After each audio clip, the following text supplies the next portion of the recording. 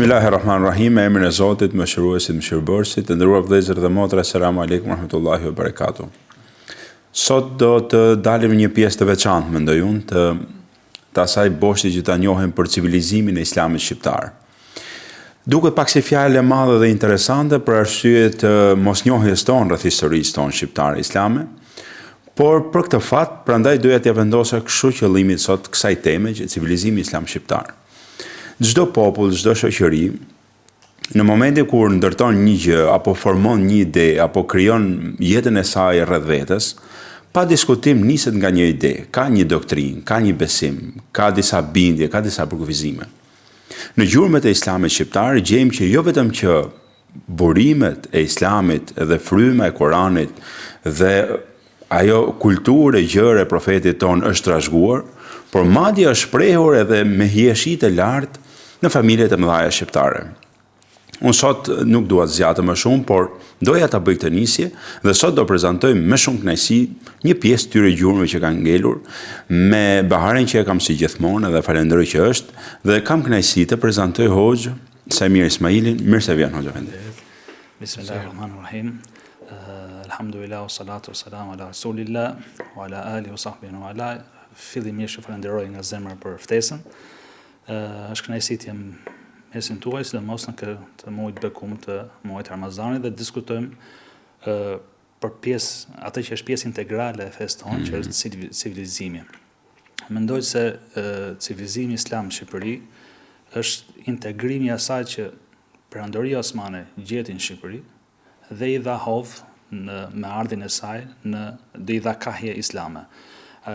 E bukura e Perandorisë Osmane ka qenë që nuk ka qenë birse, nuk ka qenë rrënuese e civilizimeve, ka përfituar nga civilizimet e tjera dhe mbi to ka ngritur dhe ka vazhduar civilizimi me kahje islame. Duhet ditur fort të mirë, që ti dhe Bahari kemi historian këtu, që islamizimi i shqiptarëve nuk ka qenë një proces jo i menjëhershëm, ka qenë i zgjatur në kohë. Pra, shqiptarët nuk u bën musliman vetëm me pushtimin, por se ka vazhdu deri dhe islamizimi masiv i tyre ka qenë diku nga shekulli 17, mos qofsha gabim. Kështu që në civilizimin islam shqiptar ka ndikuar dhe pasuria që ne kemi trashëgu nga brezat tonë të mëparshëm. Sigurisht duke njohur që Islami e pëlqen të bukurën dhe i jep asaj vlerën e saj në teologjinë islame, gjithmonë është vendosur ke dy baza kryesore, ke ilmi, ke shkenca, ke dijet, sepse është pjesë integrale e rëndësishme e fesë tonë, dhe tek shkrimet. Pra, dija tek shkrimet dhe tek zbukurimi i këtyre shkrimeve me ornamente që e pasurojnë atë dhe e zbukurojnë më tepër, japin vlerë më shumë kësaj dije. Atë që di unë ti ke i kohë gjatë që përpiqesh të hulumtosh në të gjëra. Pra, që të shikosh reflektimin e këtyre në gjurmët që kanë lënë një farë formë ose relikët ose gjërat të cilat kanë dalë në pa nga familjet e mëdha shqiptare. Ke sjellë disa gjëra këtu dhe është interesant, është bukur, na avash do të hedhim, është gjë e prekshme. Një gjë do të drejtohem, sa e vështirë ishte ose më saktë, a kishte material as kishte? Çfarë kishte ndodhur sipas teje, pra sa e vështirë ishte të mbledhje, gjeje? Shiko, mund të ta quaj veten si i vonshëm në këtë mision, qofse unë kam filluar këtë mision pas kthimit tim nga shkolla në vitin 2002, e quaj veten shumë të vonshëm. Ne kishim kaluar një periudhë më shumë se 10 vjeçare, më shumë se një dekadë, ku sipas informacioneve që u kam mbledh nga familje të ndryshme që kanë vizituar dhe cilët kanë bërë dhurime për koleksionin ton. Ky është një koleksion përjetës vërtetë që i përket fondacionit Konak, që ne kemi themeluar me doktor Besnik Sinanin edhe shumë pjesëtarë të tjerë, vllain ton Elton Hatibin, studiusin, historianin, doktor Alfred Agën e shumë dashamirës të tjerë. Në dijenin time, siç më bëhet e ditur, është që Shqipëria, sidomos familjet e mëdha, qytetet kryesorë, sidomos për shembull Gjirokastra, Shkodra, në mënyrë të veçantë Shkodra, po edhe Tirana, Elbasani, Korça, kanë pasur pasuri të rralla të artefakteve të fesë islame. Bëhet fjalë për libra, bëhet fjalë për objekte, për dokumenta e tjerë me radhë, por që një pjesë janë dëmtuar gjatë periudhës komuniste, periudhës së errët të komunizmit, dhe një pjesë tjetër janë ruajtur nga familjarët me devocion, si objekte sakrale të rëndësishme, por që në kushtet jo të duhura dhe një pjesë janë dëmtuar nga koha. Dëmtuar seriozisht, një pjesë janë dëmtuar në mënyrë të parikthyer, dhe një pjesë tjetër pasardhësit nuk e kanë ditur vlerën dhe mund t'i kenë shitur edhe nga mungesat ekonomike ose nga vështirësitë ekonomike që ka pas vendi ynë mas ndryshimit të sistemit. Ajo që ka mbetur është gjithashtu një pjesë shumë e vyrë, por që fatkeqësisht një pjesë e mirë e tyre, pjesë e madhe është zhdukur ose është dëmtuar rënd. Ajo që kemi mundur, që unë dhe shumë të tjerë, sepse nuk kemi vetëm koleksionist, kemi mundur të shpëtojmë, themi që kemi bërë një punë goxha të mirë, kemi arritur të ruajmë shumë artefakte, shumë libra, pjesa më e madhe janë manuskripte, shkrimdore, dhe të periudhave të ndryshme që datojnë deri në 500 vjeçare dhe më tepër. Është bërë një punë e mirë, por se fatkeqësisht një pjesë e madhe. Interesant është se, për shembull, potencohet shumë kjo ideja që komunizmi nuk ka organizuar asnjë fushat për djegjen apo për shkatrimin e këtyre. Edhe është e vërtet, nuk ka se kemi një urdhër, po faktikisht frika që ka mbjell në zemrat e njerëzve i ka bërë që kush ka pas, unë kam hasë edhe në dorëshkrime që kanë qenë poezi, pa në gjuhën perse ose osmane, po vetëm thjesht pse ishin me alfabet arab, i kanë zhdukur, i kanë fsheh, i kanë mbajtur në vende me lagështirë, edhe që janë dëmtuar për nuk dëmtim pa rikuperueshëm, po nuk kthehen dot më. Edhe mund ka rastis, domethënë nuk është se jam koleksionist e mbledh këto gjëra, po rastis me njerëz që më tregojnë historitë tyre, që deri në vitet 90, fillimin e viteve 90, në shtëpiat e tyre, banesat e tyre kanë pas libra të vjetër. Se në përgjithësi nuk ka pas familje që s'ka pas Kur'an, apo nuk ka pas diçka një objekt, një panoram apo një diçka me kaligrafi të bukur. Terrori komunist i ka bërë që ti zhduken me dorët e tyre. Është e vërtet, para pak kohësh një mik më bën të ditur që për një person i cili babai vet ka qenë hoxh, shumë i lezueshëm, i njohur si 3 gjuhë lindore, pra arabisht, osmanisht dhe persisht, po gjatë terrorit komunist nga frika që mund t'i gjenin gjëra në shtëpi, babai ka pas më shumë poezi dhe libra historie, kanë qenë manuskripte, shkruajtur me dorë, dhe më pak libra fetare. Edhe ai thotë që nga frika i hoqëm gjitha sepse nuk i dinin. Nuk dinin të bënin ndarjen çfarë libra fetare apo çfarë libra fetare, mjafton gjuha që ishte me alfabet arab, po. Alfabet arab dhe kjo ishte rreziku vet. Bëj është një profesor historie që tregon histori të vetën, pra tek shkolla Skënderbeg, që jepte mësim, tha kisha librin Muhamedi i dytë, pra Mehmet Fatihu, mi po në italisht, se shqip nuk kishte. Il Muhamedi II, pra ato spionët tje vetëm thjesht pse kanë pa aty Muhamedi kishin spionu, kishin thirrë, edhe kur i tregon që është libër për historinë ushtarake, për karrierën e një prej komandantëve më të lavdishëm njerëzimit, tha, mbaje po më shtille, mos ta lexoj njerëzit Muhammed, po deri këtu ka qenë ajo. Ajo që vëre i nderuar Ismaili është edhe është faqur një lloj arti. Pra, 2-3 gjëra që kemi këtu ne, për shembull, jam kam një nga këto është Ferman. Fermanet këtu.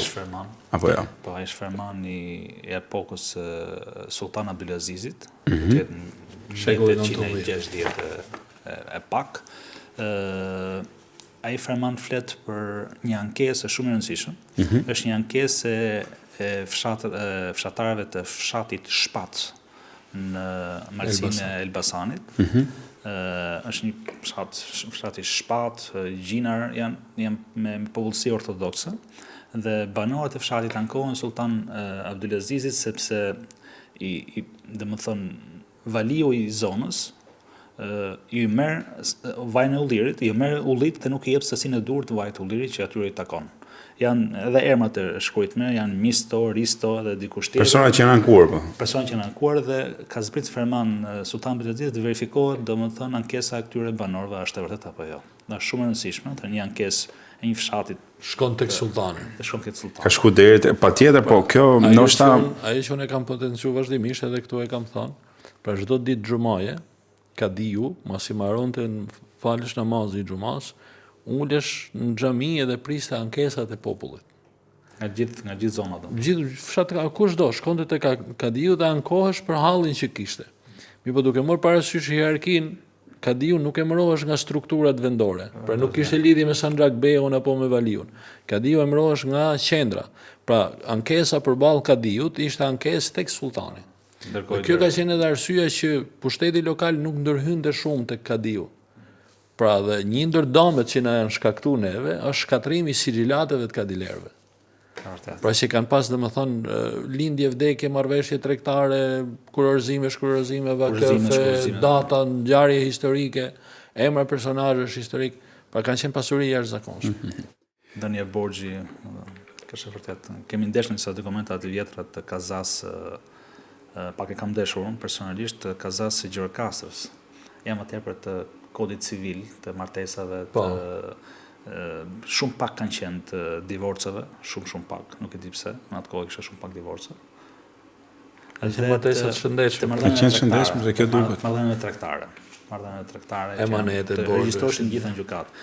Tjetër gjë që regjistruan në gjykatë janë regjistruar edhe vakëfet. Unë kësolla këtu është një vakëf shumë i bukur i Kaja Hanëm, një zonjë shumë të madhe të derës së Pushatllëve.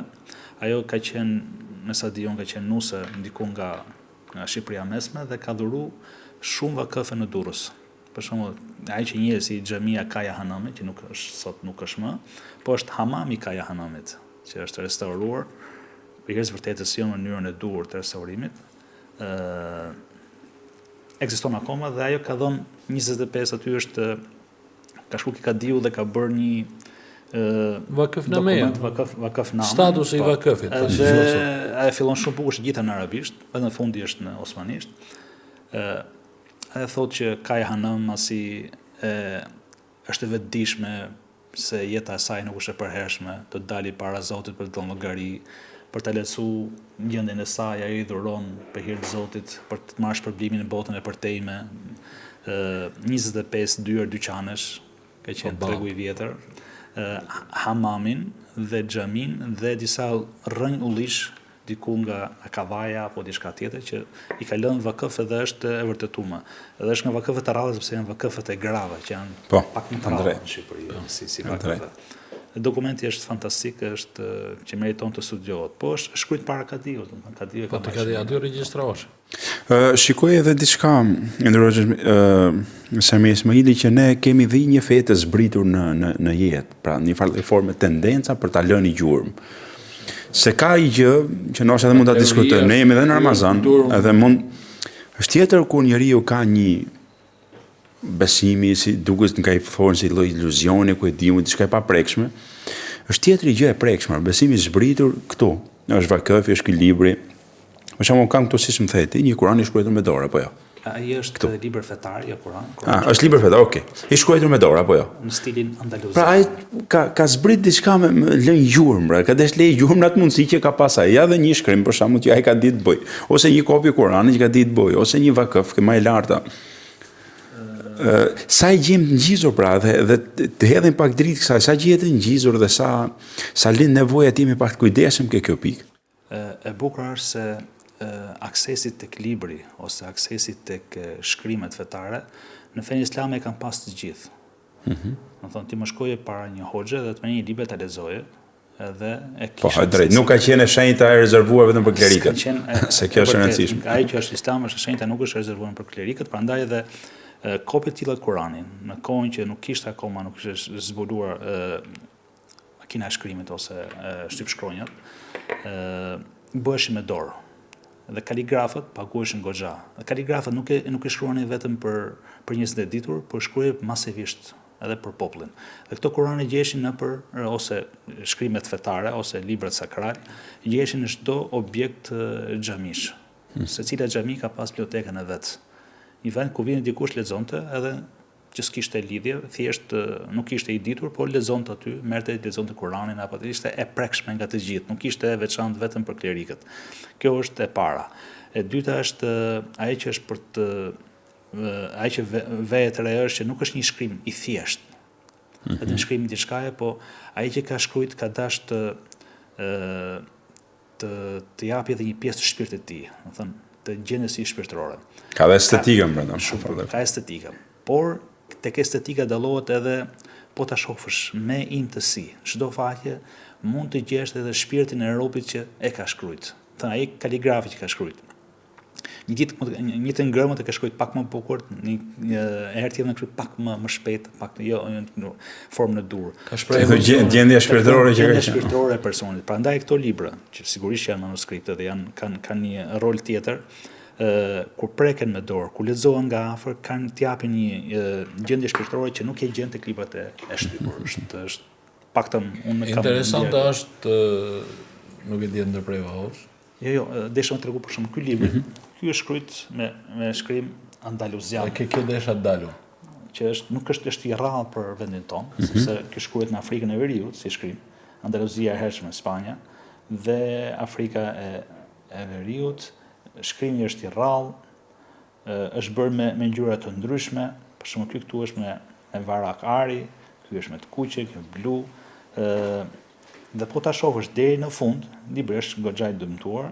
Ky libër është gjetur në zonën e Libohovës. Më fal, mund ta ngrej pak më lart që të duket edhe duket pak më shumë në rregull. Në rregull është. Ajo që është interesante për mua është vizatimet e ornamentet të ndryshme. E jashtëzakonshme. E profetit alayhis salam. Ky është një pamje se si është Hoxha Sherife, pra dhoma e duken tri varret e profeti alayhis salam, dhe duket varri i parë i profetit alayhis salam sipër, aty ku janë këmbët e profetit alayhis salam është koka e Abu Bekrit, aty ku është koka e këmbët e Abu Bekrit është koka e Omerit radhiyallahu anhu, në shenjë respekti për secilin. Ka dhe një vend bosh që duket tu, që sipas shumë transmetime mund të jetë varri i Isës alayhis salam, transmetime jo sakta, por që vinë si transmetime. Është i rrallë si libër, është thënë ai bukurshkruesi ka bërë dhe vizatim, nuk ka qenë thjesht bukurshkrues. Ai ka dalluar dhe njeri që ka pas komplet artin pamor ka pas pamor, ka njohur dhe artin, ka njohur dhe ngjyrat, është e rëndësishme. Është kolor ngjyrash. Po, edhe kombinimi është zakonshëm. Jeshilja me varakun e arit, me të kuqen ose vishnjen, dhe bluja që është karakteristike ornamenteve. Dhe kjo desha dalon, për shembull, po të shohësh dikush mund ta quajë këtë thjesht si një dorëshkrim i vjetër që i ka ngel aty. Faktikisht ky tek ne mas qindra vitesh përcjell mesazh shumë madh. E para përcjell edhe që e Ceko dhe Hoxha që Perëndoria ka pas një shtrirje shumë madhe gjeografike, edhe i ka përfshit gjithë ato popull, ato kultura në gjirin e saj. Edhe i ka zhvilluar, i ka çuar edhe më tej. E dyta, kjo është argument edhe për kontaktet që kanë pas këtë troje me fejen islame. Po të shohësh ai karakteristike e saj është se kaligrafia është andaluziane. Pra ne nuk mund të themi që është dorëshkrim i ardhur nga Andaluzia, se absolutisht Andaluzia paktën një 200 vite më përpara ka pas marrë fund. Po. Por që tradita andaluziane ka ardhur deri këtu, nga Afrika e Veriut, nga jugu i Italisë. Ai mund të jetë sjell si libër ose mund të ketë shkuar një shqiptar atje për të mësuar ose një tregtar apo një. Pra që komunikimi i kësaj gjeografie, sidomos pellgut mes dhejut, është shumë i hershëm, edhe kontaktet e trojeve shqiptare me fenë islame janë përpara se Osmanët të vinë. Pra që kjo meriton ndoshta një temë tjetër. Këtu kemi edhe një, tash nuk po përdor termin shqiptar jargon se nuk i them dot atij një tas në dorë, nuk e them dot, domethënë është një gjë shumë e bukur që ti ke sjell. A mund na tregosh çfarë është kjo? Edhe ku e ke gjetë në farë forme, ku si erdhi? Kjo është durim që një miku i ka dhëruar, është një tregtar antikuar, ka dhëruar këtë dhe shumë të tjera si kjo. Kjo quhet tas bronzi, është tas të shifa në gjuhën fetare. Tasat e shërimit, këtu janë gdhendur në mënyrë eksakte dhe shumë korrekte ajete koranore, emrat e Allahu xhalla xhelaluhu, pjesë syresh dhe kjo mbushet me ujë.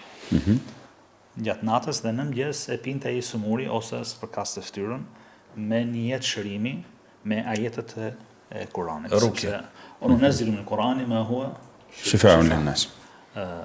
Pra ne zbresim në Kur'an që është shërim, edhe në këtë gjë kanë pas bërë dietarët e hershëm. Kjo nuk shkruhej nga, kjo skicohej nga dietarët dhe shkruhej dhe punohej nga Bakër Punusit. Kjo është bronz ose bronz Punusit. Është një punim i rrallë, shumë i imët dhe tepër klasik. To përgjithsisht janë prodhuar edhe në Shqipëri, janë punuar në Shqipëri, kryesisht në zonën e Shkodrës dhe të Beratit, ku kanë qenë më të zhvillume zejtarisë. Se mos bronzi ka mënyrë të punimit veçantë dhe e ka njohur shumë mirë pjesa e Shkodrës edhe e Beratit. Si kjo ka dhe shumë tjerë, pra është këtu është i bukur nga anët e tjera, pra prap ka versete I punuar çdo detaj I kuruar në detaj, shumë i bukur. Ka ndonjë datë që daton si mund të jetë shënuar kur Kjo nuk ka datë, disa tjera kanë datë, datojnë një pjesë kam shekullin e 18, mesi shekullit 18, mesi shekullit 19, janë goxha të bukura, shumica janë gjitha në bronz dhe kanë pas të njëjtin funksion. Një herë ku kam qenë, gjatë kohës kam qenë imam në xhaminë e Pazarit, teksa e mbaja këtë tasin, s'madhëroi dikush mas në xhumaje, një zonjë e vjetër, Zoti i dhash rahmetin se ka vdek, ka qenë gati 90 vjeçare në atë kohë, ai ishte nga Shkodra dhe ishte nuse në një derë Tiranëse.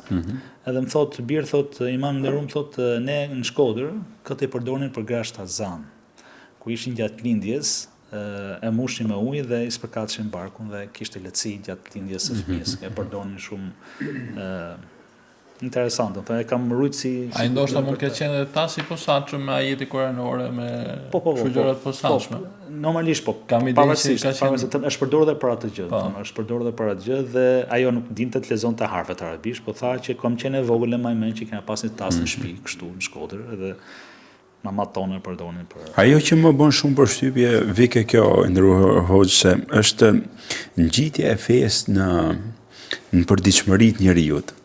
Ndoshta rreziku më i madh është kur feja bëhet e pajetueshme, ka një shkputje serioze, pra bëhet një gjë po themin e tamam, i takon shenjtërisë vet, po është e pazbritshme, është e paprekshme, e pajetueshme, e pazbërthyme në gjithë, për shembull, emrat e Zotit që janë të ndryshëm, si thot Gazaliu, po të lexoni për sikletet tuaja të ndryshme. Po kjo ta sjell të prekshëm emrin e Zotit, nuk është emri i Zotit diçka që kur je smur, Zoti shërues. Pra, ngjitet emri me gjendjen. Lutesh sipas nevojës të gjendjes, pra nuk është e shkputet jeta nga gjendja ku është robi, do të thonë duhet një gjendje speciale që ti të bëhesh fetar. Po gjithë jeta e besimtarit, paktën në fenë islame, është e lidhur me shenjtërinë e fesë. Pra nuk është e shkëputur. Pra njeriu në çdo detaj të jetës vet, aty do shohë një nga emrat e Allahut xhël xhelalu. Kur adhuron Allahun, shef emrin Allah, që ilah, do të thënë ti adhuron atë të më radh. Kur ke nevojë për mbrojtje, ke emrin e Allahut El-Hafidh, mbrojtësi është Allahu xhël xhelalu. Dhe gjithmonë njeriu kthehet në realitetin, kthehet në marrëdhënien që ka mes tij dhe Zotit në çdo aspekt të jetës vet. E gjen atë, një nga emrat e Allahut e gjen në çdo pjesë të jetës së tij dhe të përditshmërisë së tij. Kjo është e bukur e fesë islame, që nuk dalë. Këtu tani me që jemi te kjo pyetje, për shembull, po të referohemi historisë e snafeve. Pra, ashtu siç është dituria, ilmi me senet, pra me ixhaze, edhe snafët tregtarët sipas trashëgonin. Po e kishin senedin e tyre, ishin të regjistruar të gjitha. Ato kanë pas edhe wirde, pra kanë pas dhikret posaçme. Edhe mbas të zanatit, profesionit që kishin edhe emrin përkatës, do të thonë që i luteshin Zotit që e përmendin. Siç ka qenë në tradi. Me që jemi te kjo. Ja bediu ja Allah. Kjo do na tregosh pak edhe këtë çfarë është domethënë, të që ke sjell. Para se të kalojmë aty do të tregoj këtë Kur'anin. Po. Ky është një Kur'an tjetër, i shkrimtore, manuskript. Goxha i vjetër, daton në vitin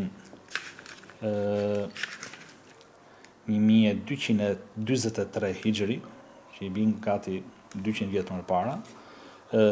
Ky Kur'an ka qenë pjesë e bibliotekës një hoxhe shumë të nderuar në Malsinë e Tiranës, në Klojk, quhet Hoxh Mehmet Çeça.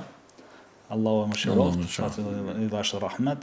Të gjithë bijtë e tij kanë qenë hoxhallar medresist. I fundit ka qenë Xhemil Çeça, Allahu e mëshiroft, i cili kur unë kam kthyer nga shkolla e lartë, nga studimet e larta në vitin 2000-2003, ai më ka dhëruar këtë Kur'an. Është ka qenë Kur'ani i parë, është ajo që tham që nuk është thjesht një shkrim rutin, po është një vepër arti. Është vepër arti e vërtet. Që njeriu çdo kush që atëherë kanë ditë gjithë me lexu Kur'an. Po, edhe njerëz të thjeshtë nuk kishin hoxha, lexonin Kur'an, por kur lexonin Kur'an për mos të bërë monotone, ato e zbukuroni faqet për të gjetë një rehati dhe një butësi në leximin e Kur'anit dhe një ngrohtësi.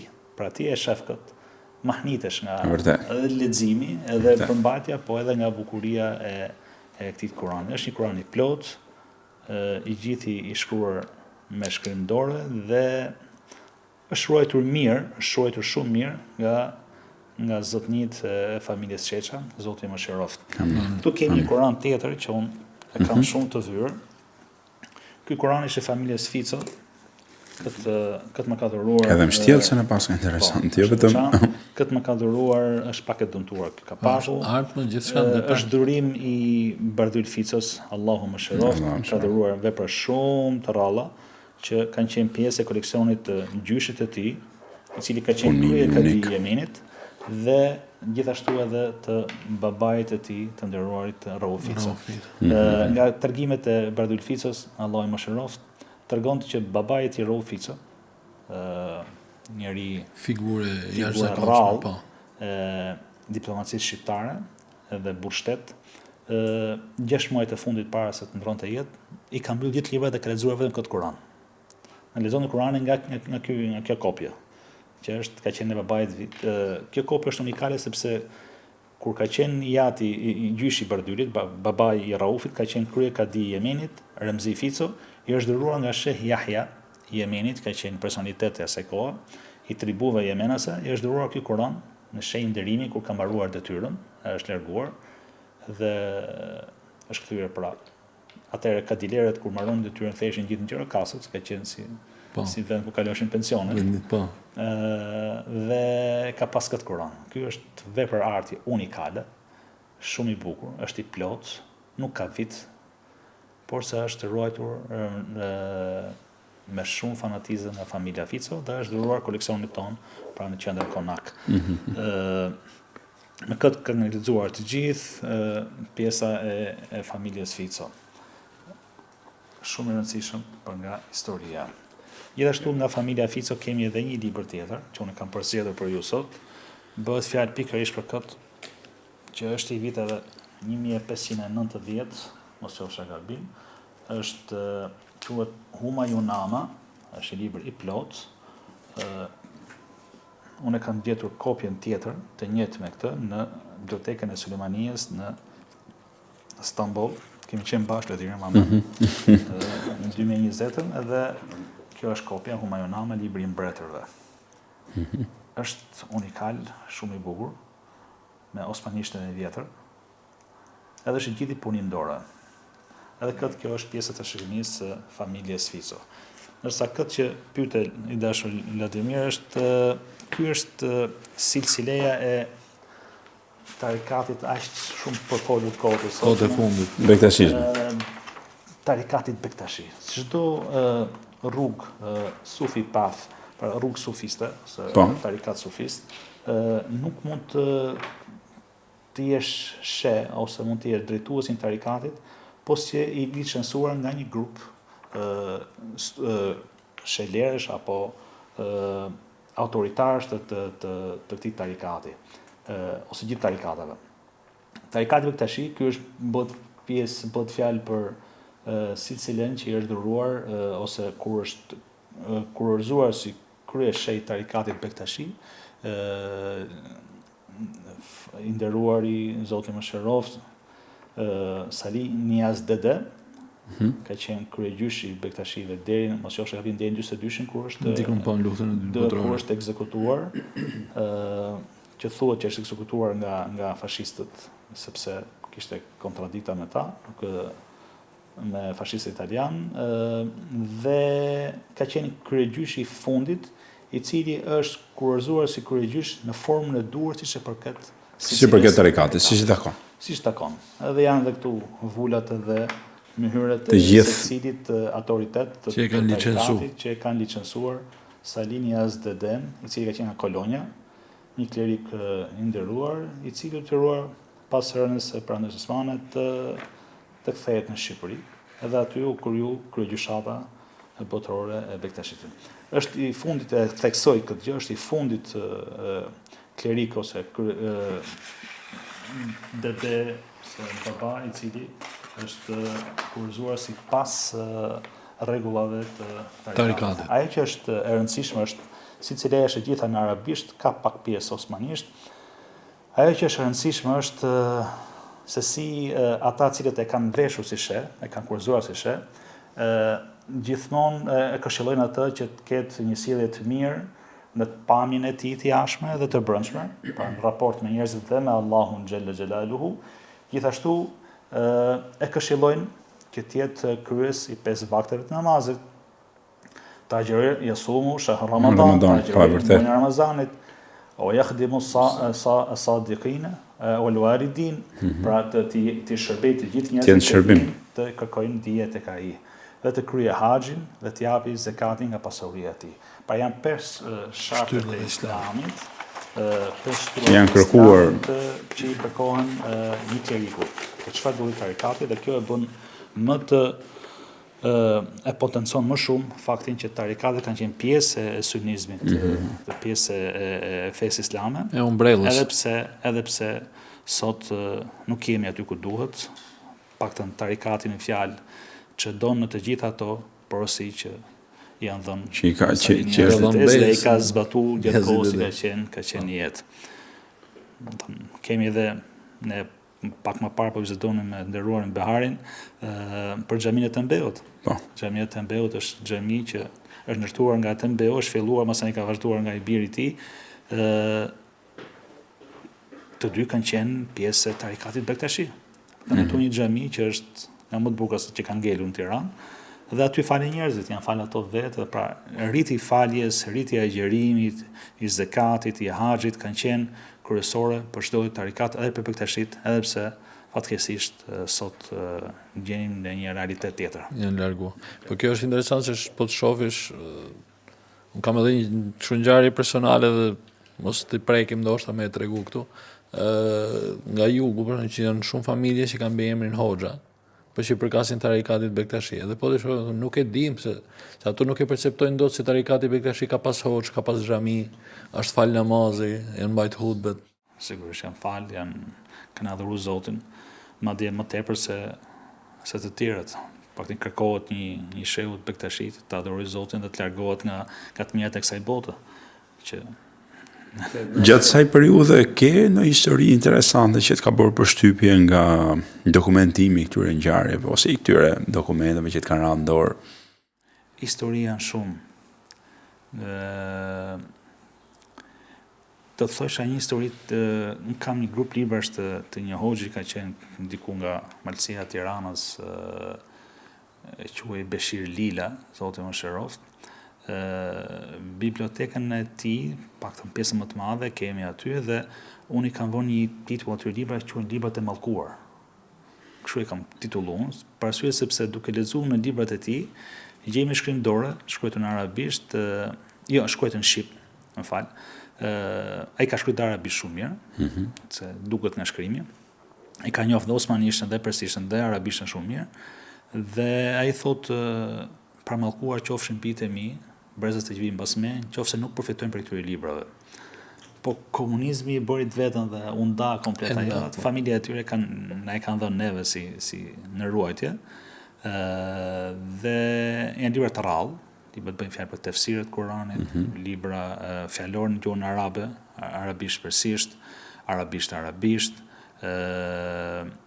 kemi libra osmanisht, pra kemi libra fetare të fikut të shkollës jurisprudencës hanefite, etj me radhë, po kjo është një nga ato që unë veçoj sepse i kam qujtë, ja habit ku kam lexuar të shkrimin e atij. Domethënë dëshira që ai që kishte bler gjithë bibliotekë ku ka qenë studimet e tij jashtë të vendit dhe donte që bibliotekë të runte dhe e kanë ruajtur bitet vet.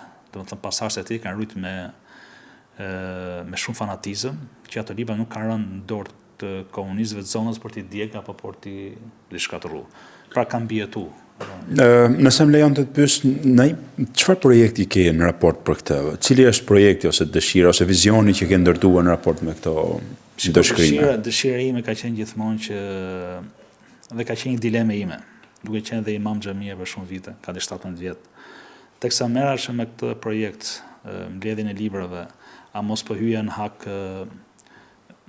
asaj që kishte nevojë vendi, për shembull, kishin familje pa ngrënë, keq ushqyera, me halle shumë, siç kanë qenë edhe më parë dhe vazhdojnë të jenë. Edhe do vazhdojnë të jenë, me vërtet. Por gjithmonë ka qenë lufta ime e brendshme, po bëj mirë apo bëj keq. Po kam menduar gjithmonë që për këto projekte merren ka shoqata, ka individ, kurse për kulturën islame, civilizimin islam në Shqipëri është diçka lënë në jetim. Askush s'është marrë me këtë. Dhe kam qenë nderuar që thjesht i Malli Zot më ka shtinë mendje të merrem edhe t'i grumulloj dhe t'i grupojnë sipas grupave të tyre. Projekti ka qenë gjithmonë në zemrën time, ka qenë dhe në mendjen time që të krijohet një mos themi muze, një bibliotek ku këto artefakte të studiohen, ato që janë në gjuhë të rrallë si osmanishtja që është gjuhë e vdekur dhe pak e din,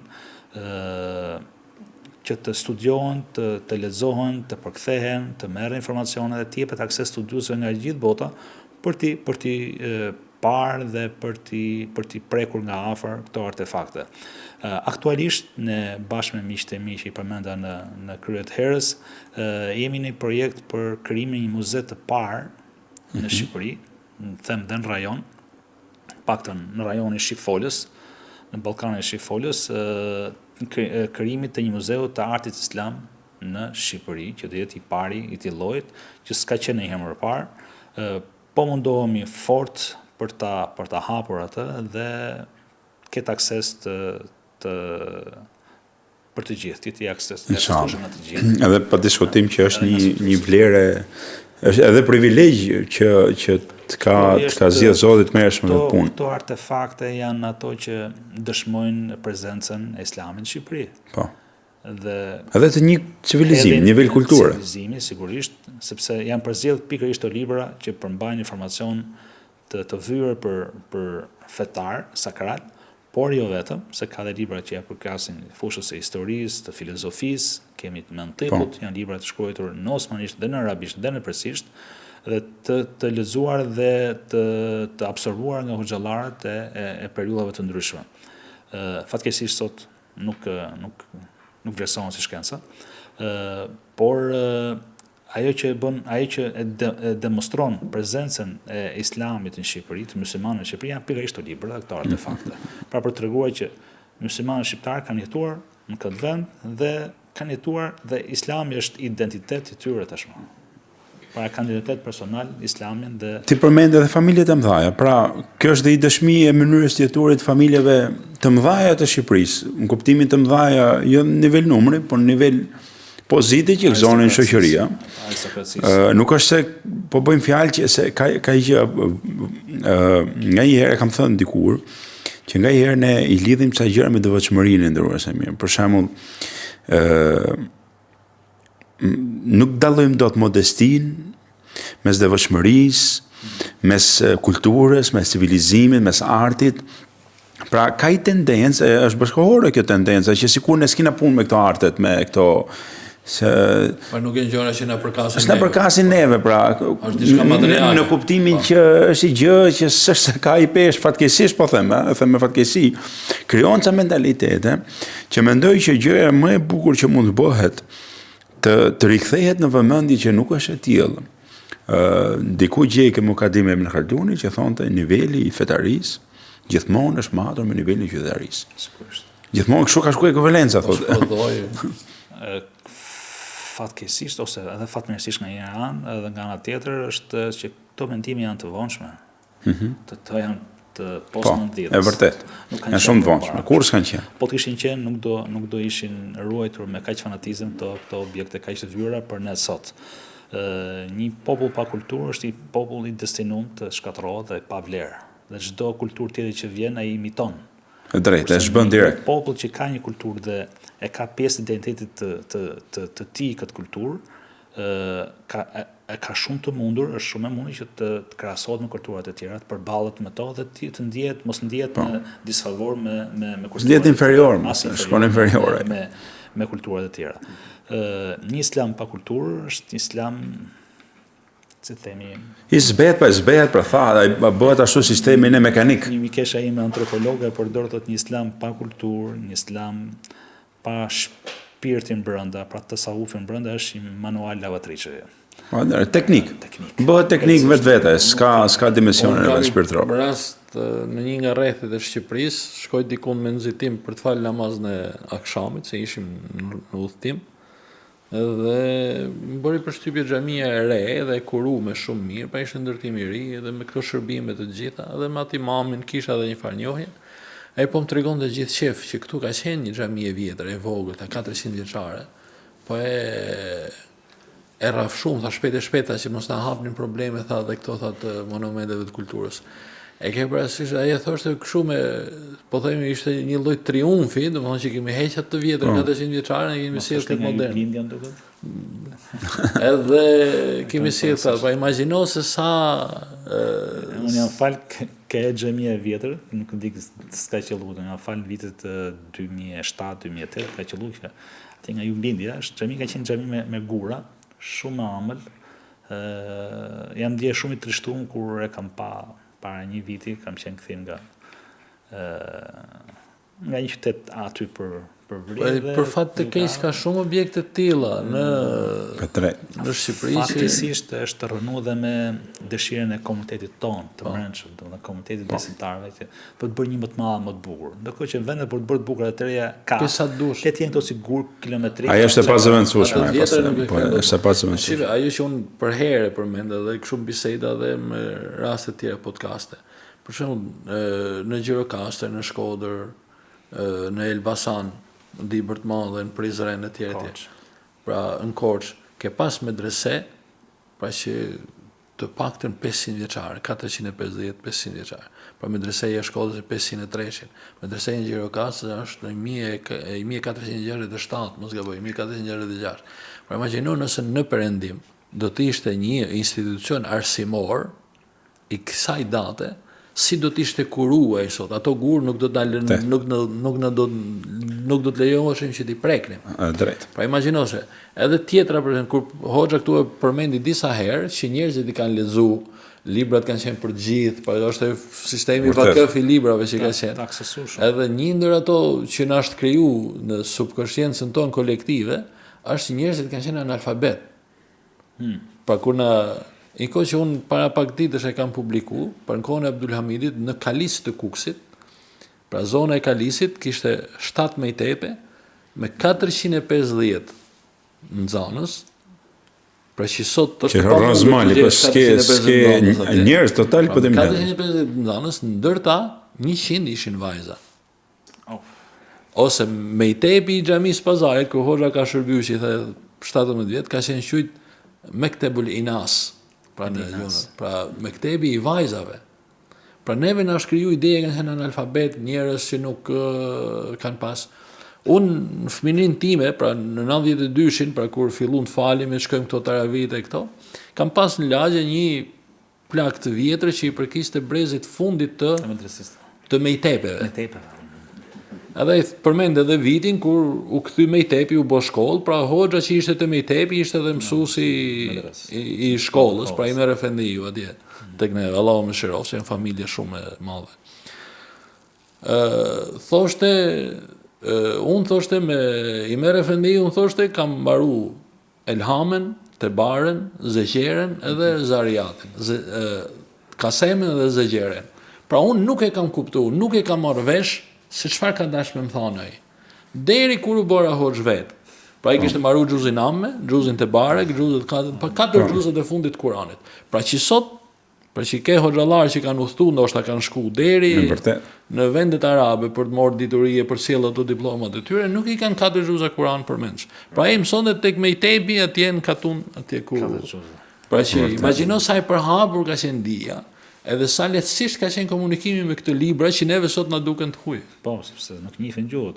Unë do të kisha sjellë edhe diçka tjetër, për shembull, libra shqip që janë shkruajt ose tekste fetare ose jo fetare që janë shkruajt me gërmë osmane, mungesë alfabetit shqiptar, po që ka studiues sot që i lexojnë dhe janë shumë të bukura. Biles është një poezi që ka shkruar dikush nga Elbasani, unë para pak kohësh e kam bërë pjesë koleksionit, dhe është shkruar në osmanisht, e gjitha është vjersh, poezi, ka pjesë fetare, por jo vetëm, dhe është e shkruar gjitha në osmanisht, shumë e bukur. Ka qenë gjuha e kohës. Edhe diçka tjetër, në këto fshatrat për shembull te nga Zallbastari, po të shkosh. Brezi i vjetër lexon osmanishtin akoma. Marrin libat e lexojnë osmanisht, edhe ta përkthen. Po, se kanë pas, nuk është ndërprer. Lexojnë osmanishtin akoma. Edhe për shembull varrezët e vjetra akoma Gur Osman. Po, patjetër. Pse emrat janë dhe banorët janë. Po më ka rastis me një xhenazë, domethënë një hoxha nuk ishte i vjetër, pra më i madh se ne, po kishte mësu nga një hoxh i vjetër. Edhe kur bari duan, kjo pjesë e duas, pra Zot ndihmoje sultanin tonë El Ghazi Abdul Hamid. E kishte të memorizuar si është duaja. Edhe pse kishte një sultani. Ose kanë qenë të dua ato Zot më ruaj mbretin tonë. Mbretin tonë më vonë pasaj vitit 30. Këto zhvillarët në përfshatra nuk e dinin, dishin lexojshin pak arabisht, kishin mësuar në përmetele, nuk kuptoheshin. Dhe lexonin edhe këtë ruaj zogun lavoj. Ja, është interesante për shembull sot dash largu nga kjo, por që pjesë e duas në hutbe, edhe në namazën, ceremoni ka qenë edhe duaja për sultanin, për khalifen, edhe që hoxhallarët breza i parë konvertuan pastaj për autoritetin që ishte vendas. Mbreti i Zotit. Hoxh, shumë faleminderit. Ishte kënaqësi. Kënaqësi ishte ime. Ishte pak ndryshe kjo. Po, ishte komplet metodë edhe për të dhënë atmosferën e mujtë për të ngjitur më shumë me librin, edhe me Kur'anin vetë. Materiale më shpirtërore, për gjëra të prekshme, materiale, po. Ne jemi shumë falendërues. Faleminderit juve. Ju uroj suksese në organizimet e juaja si Qendër Minber. Zoti ju bekoft, Zoti ju dash khairin. Faleminderit. Edhe juve inshallah u shkon marr edhe muzeu le të jetë dëshmi e mirë e hajrit për gjithë. Grumulloni sa më shumë. Amin. Materiale. Mendimin e gjithëve. Atëherë nderuar motra dhe vëllezër, këtu ishte edhe pjesa për sot. Unë e falenderoj shumë hoxhën e nderuar të Pazarit, ashtu e njohim ne si hoxha e Pazarit, Samir Ismailin, cilit I themi Zoti ja ndihmoft në këtë projekt dhe shpresoj që do të jemi gjithmonë afër në këto punë të mira. Ne I lutim Zotin të na pranojë të ditë mira dhe të begata dhe të afrohemi sa më shumë me librin dhe me Kur'anin. Deri në takimin tjetër, selam aleikum warahmatullahi wabarakatuh.